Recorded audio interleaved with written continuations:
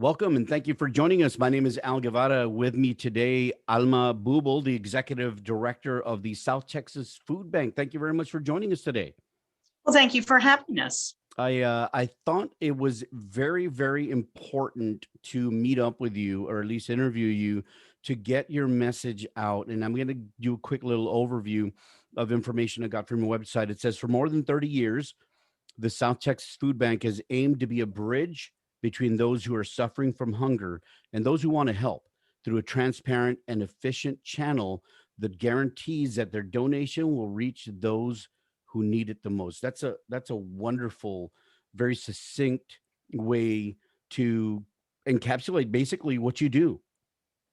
Absolutely. Every dollar that's donated here to the food bank is used to, continue with our mission, feeding the hungry. So we do purchase food, and for every dollar that's donated to the food bank, we can convert that into 10 meals.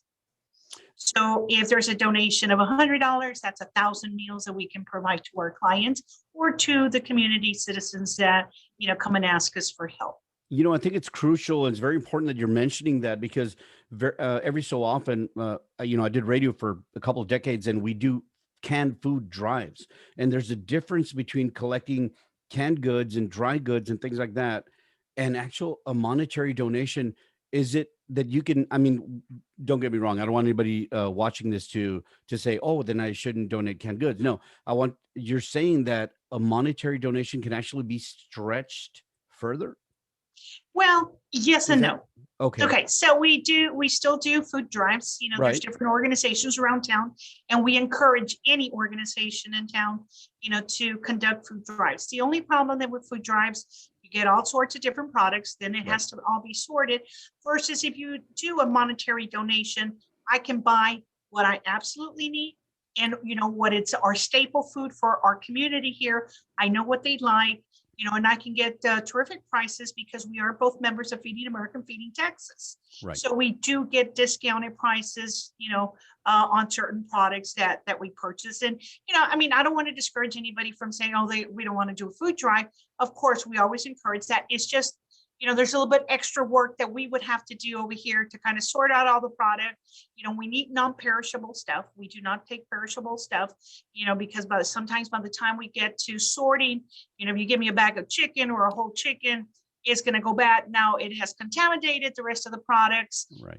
And they would have to be thrown away. So when we do food drives, we encourage that it's non-perishable stuff, canned foods. And, we will go through the processing, phase that we do here, and we sort it out, and then we'll go ahead and distribute it to our clients. Is there any, or have there ever been any occasions where somebody does a food specific drive, like we're doing a canned soup drive or canned beans or something like that, vegetables? No, absolutely not. No. So it could be just Normally whatever. whatever, and again, we just encourage that they're non-perishable. Okay. Now, I do want to touch on a couple of things. I know one of the biggest things, there's always a need for the South Texas Food Bank, unfortunately, right? But I know as of this past year, we've had to deal with a pandemic. And I want to touch on that first, if we could. How has the South Texas Food Bank been addressing the need in COVID? We have totally had to reinvent the wheel. Yeah. First of all, as to our contact with our clients. Okay. First we went virtually. We have set up outside, and I know that this sounds kind of bad, and especially, today with the cold weather, but Right. we have had, I need to protect my staff. Sure. If my staff comes down with the COVID virus and, it's a trickling effect, end up getting close, and then where are my clients going to go to? The need is tremendous here in this community, as well as the other 7-8 counties that we service, because we do service 8 different counties, all along the border, all the way to Valverde, which is Del Rio, all the way down to Rio Grande, which is Starr County, everything in between. So it's a total of 14,000 square miles that we cover. So I need to protect my staff. So we, sat it down, with staff members here, is like, how can we do this? Well, we're using like FaceTime, and we set up computers outside where the individual that's coming to ask for any kind of assistance really doesn't have to be computer literate. They don't do anything. They just sit there and we talk to them, we get the information, and then we ask them to proceed to the warehouse to pick up whatever program, they're in or they're here for an emergency box to pick up their food. So we totally had to reinvent that wheel, and a lot of it is about documentation. So we're able to capture the information that we need through just, kind of FaceTiming. During the pandemic has really been challenging with regards to the amount of pounds that we distribute. We went from our fiscal year that ended in 19 of distributing for almost 15 million pounds of food to our fiscal year that ended September, which included, 6 months of, or almost 7 months of the pandemic, to distributing close to 27 million pounds of food. Oh my goodness. Almost double. There was months where we were distributing 4 million and 3 million pounds of food. The need is just tremendous in our community here. We live, we service in all these counties that we service, which are all border cities, right? Probably at the highest poverty levels, already as it is. Then you add on top of that the unemployment rate, and everything being shut down. They were depending on us a lot. We would we did mass distributions. I'm sure you heard, yes, about them, or the community did. We did mass distributions at the arena, the same, auto arena. One Saturday, we helped 6,000 families. Wow. Another Saturday, we helped like close to 4,000 families. So, it's an army of people, that have to come together, because I can't do it with the 42 employees that I have. So there was over 150 volunteers. The community always comes together. Yes. You ask them, we can call the city, we can call the county, whatever you need, we will help you out. They're always there. And then they know other volunteers that we can get in, to come and help us. When we do distributions here, which I've still been having them, today we didn't because of the cold weather, but we can see here anywhere from 450 to 700 in a couple of hours. We have gotten it down, so, back the way we distribute that. We average about 8 seconds to put food in a car and get them, but the lines are tremendous. If I post it on Facebook that I'm doing a distribution at 8:00 in the morning, they're here lined up the night before. Yes. They want to be the first ones, people thinking that, the first people get the best product, and that's not true. Whenever we do a distribution, I always make sure that everybody's going to get the same product. And normally they walk away with minimum 80 to 100 pounds of food. One point we were doing like 20 pounds of protein, X number of, produce, fresh fruits and vegetables, staple foods, and, anything that we have here in our warehouse, to help them out. And, everyone that leaves here is very gracious, and they really send us all these positive comments that they're real happy. Some individuals even send us recipes as to what they do with the product, which is also really nice to kind of see, that if I give them, some cheese and some flour, they can make pizzas, and you can see that on our website. It's really nice, to have, the community kind of show us, look, this is what we're doing with the food that you help us with. The website you mentioned is southtexasfoodbank.org. That's southtexasfoodbank.org. And on there, you have pictures of these distributions, just so you can talk about it. But until you see a visual representation of it, you don't realize how big it is and how many vehicles were out there. And I'm sure this is just a small snapshot of the number of vehicles that were out there when you're talking 4,000, 6,000 families that are being helped. In addition to these COVID, issues that you're dealing with, I know there are other programs and people that you normally serve. You kind of touched on that a little bit. Can you give us a little more detail on that? Yes, we have many programs here at the food bank. One which is one of our biggest programs is the CACFP, which is the Commodity Supplemental Food Program. That's for elderly people. Okay. Anybody that's 61 and financially qualified, that is a government program. They receive their bag of food on a monthly basis for the rest of their life. So you come and apply and you qualify, based on the qualifications from the state that they send us, we get you, in the program, and we distribute again that program throughout the 8 different counties. So it's not only here, Webb being the bigger county that we distribute most of them. There's always vacancies that we need to fill. So I encourage anybody that's, over the age of 61, if they're in need of help, a lot of them, are either disabled or veterans, or elderly people, or people that have never worked and need that little bit of assistance. We're here to help them. And again, that program is till the person passes away, so that's for lifetime for them. Mhm. Then we have the adoptive family. Right. Family can be adopted for $120 for the year. They get product once a month, and those end up getting about 150 pounds every time they pick up here. Wow. So, and again, it's a mixture, of just different products, and on that program where we, kind of, it's kind of nice, because we know that when a person, you know, um, most of the, and especially the elderly, they have pets at home. Right. And we know that it's a full circle, and those people actually prefer to provide for their animals before they eat. Oh, So wow. we have Yeah. another program called Paws Hunger, and Paws is PAWS. Mhm. So we do receive here dog and cat food. And if it's available, we have opened up that program for, anybody that's on any of our programs can, register their pet. And all we require is that the pet has their rabies vaccination, and they get their little ID card. And every time that we have food, they can also come and pick up food for their pets, which is, it's a food bank, but we try to help the whole, because it's a whole circle, you know, that they would rather feed their animals than themselves. And, And would it be in one of those situations where you're kind of afraid that they uh, give up some of their protein, to feed their animal? I mean, we want to avoid that, right? exactly, Yeah. absolutely. And that's why we're helping. We also have Ranchers for the Hungry, where we have, different ranchers either donating cattle to us, where the meat is processed, the animal is processed, and then the meat is all grounded. And again, it's passed on over to our the community or our clients. We also have another one, Hunters for the Hungry.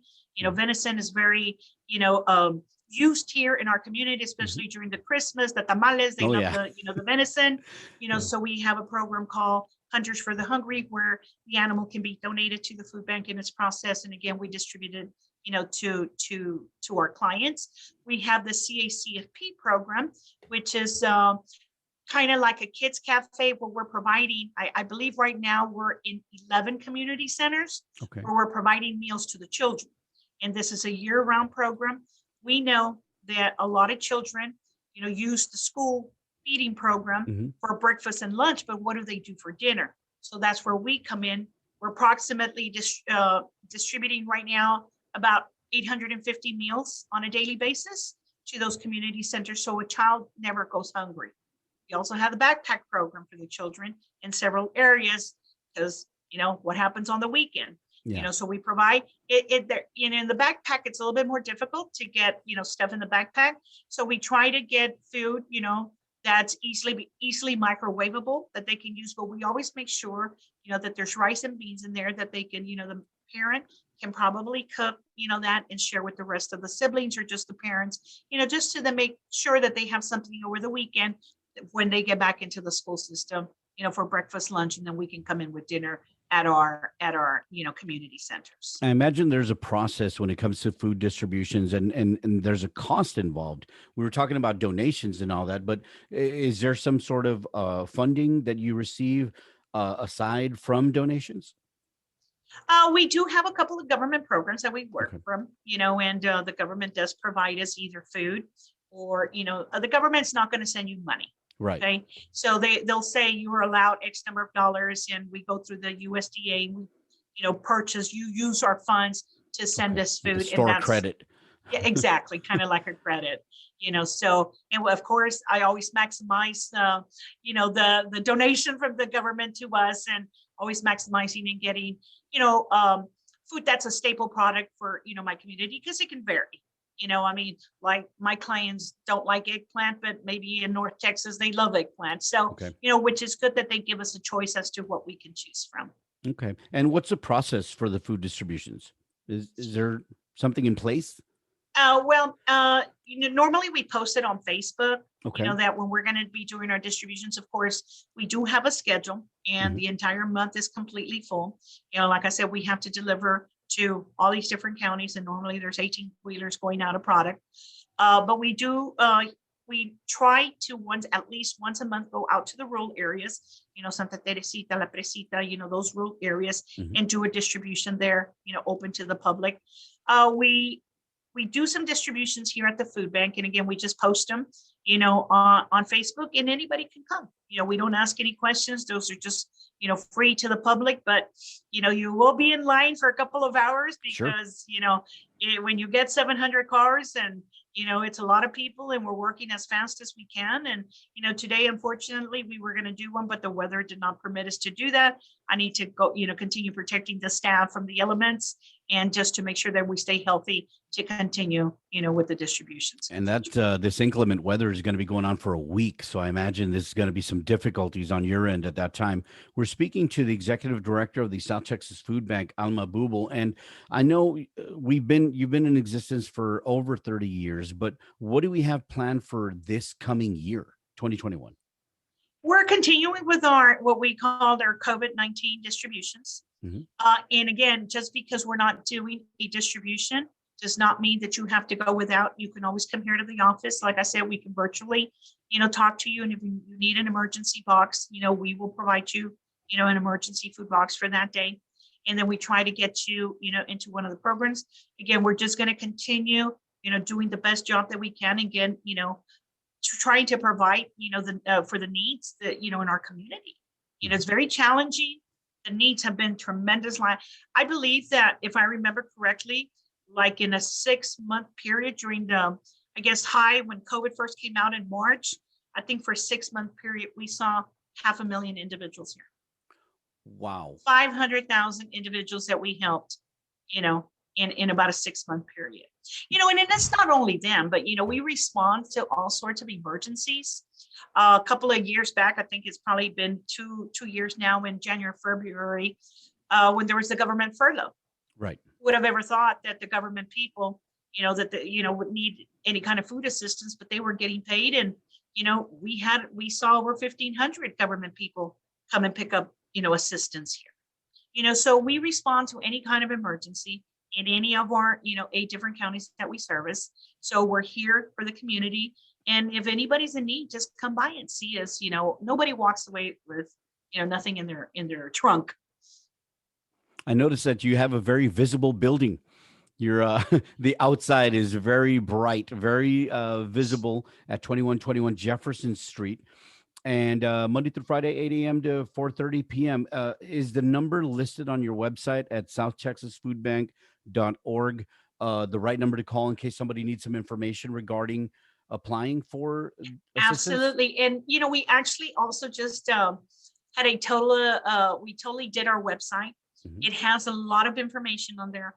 You can go to, where it has agencies because we do work with approximately about 80 agencies. So it's not only the food bank that you can come and ask for assistance, there's agencies on there. So there's a page there where it reads agencies and then, shows you the different counties. You can click on the button and it tells you all the different, agencies that you can go and ask for assistance within that county. We took it even a step further where it's Google Maps, so it can give you directions how to get to that pantry. And if You know, you want to so become a new agency, you can also ask for information on that, right? Oh, absolutely. And, Yeah. there's a page there, ask us for any kind of information. So I would encourage everybody to, visit our new website. I think it provides a lot of information and most of your answers will be answered there. And if not, they can call in the phone number is on our website and also on most of our flyers that we post on Facebook. I'd like to point out as well that the website southtexasfoodbank.org also has a very visible button says donate.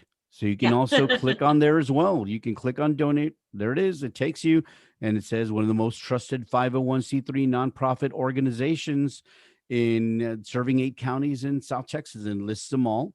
And it tells you all about it and how you can be a part. You can credit card, accept it. PayPal. Yeah, Yeah, PayPal, you can do it PayPal, through anything. there. And it doesn't matter how small or how large.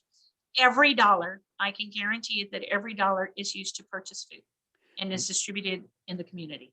What And message would you like to say or would you like to give to anybody watching this who's just maybe finding out about what the South Texas Food Bank does? even though we're, facing challenging times with COVID, we're here for the community. We don't, discriminate. We don't ask any questions, whatever your need is, considering that it's food related. We're here to help the community. Come and ask. A person should not be shameful, Mm. that there's a need. Like I said, we've had government, people here asking for assistance. I mean, don't, it, it's just, don't be scared to come and ask. We're here. We don't go around telling, this person game or anything. We're not that way. We don't ask any questions. Like I said, just we provide you assistance. We don't want anybody to go hungry. That's my business. That's what we do here. And we've touched the lives of many, many, many individuals. And I encourage anybody, whether it's $1, $10, $15, make a donation to the food bank. You're helping your neighbor. And there's a lot of need in this community. With the poverty level that the county already is, I think it's 33%, and then on top of that, you had unemployment. We live in poor communities and we need to help our neighbor, no matter how small, how large. Every dollar will be used to continue with our mission, feeding the hungry.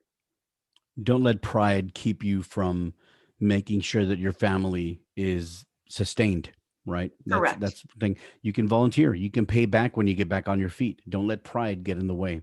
Ms. Boubel, thank you so much for your time. I'm going to give a little information right now. 2121 Jefferson Street, the phone number 956-726-3120, open Monday through Friday, 8 a.m. to 4:30 p.m. And of course, the website, southtexasfoodbank.org. Thank you so much, and congratulations on just adapting.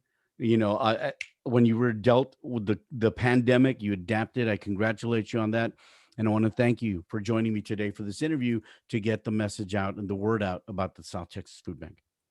Thank you for having us.